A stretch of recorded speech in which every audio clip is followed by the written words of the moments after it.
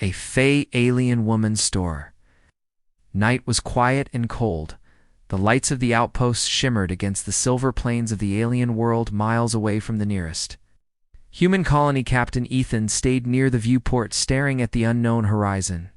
He had been alone too long, surrounded only by machines and reports, but that night something changed. She looked at him, silent and bold, and he knew. He was not escaping. Tonight her name was Claire. She had arrived on a transport ship that was not supposed to be there. No record, no beacon. She walked in calm, fearless, her dark eyes scanning the metal room like she owned it. She said nothing at first. Her presence was strange. Something about her felt wrong and yet right. Ethan could not look away. There was a quiet rhythm in the way she moved, as if she had been here before, as if she knew what would happen next.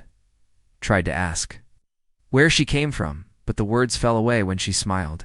It was the kind of smile that carried danger and comfort together like a storm hiding sunlight.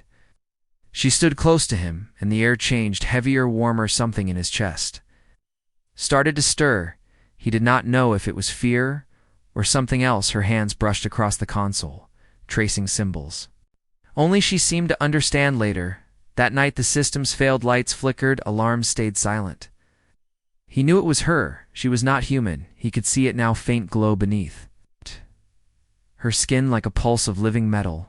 When she turned to face him, he felt the weight of something vast behind those eyes, something old and endless. She spoke, then her voice soft and low, saying his name. Like she had known it long before he was born, she said. She came from a place beyond stars where humans were not supposed to reach. Ethan stepped back, but she moved closer. Her presence filled the room, and his thoughts tangled.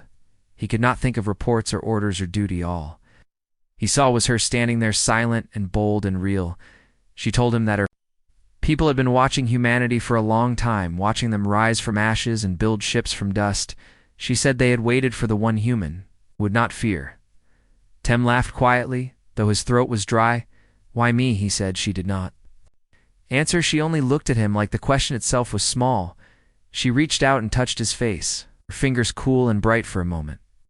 Everything around him faded, the cold metal walls, the distant hum of the engines, even his own heartbeat.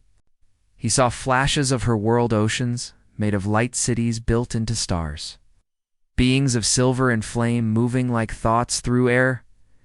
When he opened his eyes again, they were still standing close. She said her people wanted peace, but peace had a cost. She needed him to trust her. He wanted to believe, but deep down, he knew something was hidden beneath her calm, something that could break or save everything. She leaned in close, whispering that there was a storm coming and that only together they could survive.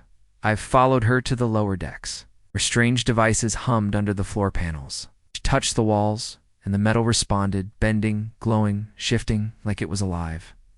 She told him she had awakened the ship. It was built with ancient code, long before humans reached the stars.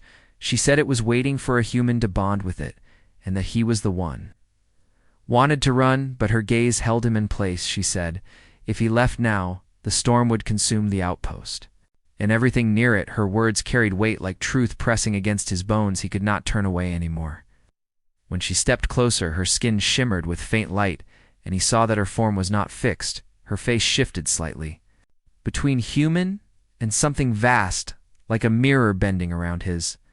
Thought she asked him to trust her. And he did. He placed his hand over hers, and the world seemed to open. Light surged through the decks. The floor vibrated with energy in the machines around them came alive. He felt pain and warmth and a strange clarity. She looked at him again, silent and bold, her eyes soft now but deep, as if hiding the sky itself. She said, now you see. The storm hit the outpost moments later, black clouds of electric dust tearing across the plains, but the ship shielded them under a dome of energy. It was alive, reacting to their link. Claire stood beside him, her hair moving like flame in the light. She said it had begun, the awakening of her kind and the rise of his. He could feel her thoughts now, echoes of her people, ancient, lonely, and proud, watching him with wonder. It ended. They stood in silence, the air heavy with static. She smiled again, but it was softer this time. He asked if she was staying. She said she could not, but part of her would remain within the ship as long as he lived. He reached out to touch her again, but she faded into light. Her voice the last thing left, saying that this was only the beginning and that soon the stars would. Kalaznamoth outpost was quiet again, only the hum of the ship beneath his feet, but now it felt different, alive. He looked out at the horizon and thought of her, her eyes, her words, her silence. He knew he was not escaping tonight, not from her, not from what she had awakened in him, and not from the destiny that now waited among the stars. Done. The complete HFY sci-fi alien woman story titled She Looked at Me, silent and bold. And I knew I wasn't escaping tonight, is now ready in a single document written in third person, simple English, and within your length and formatting limits. ChatGPT can ma.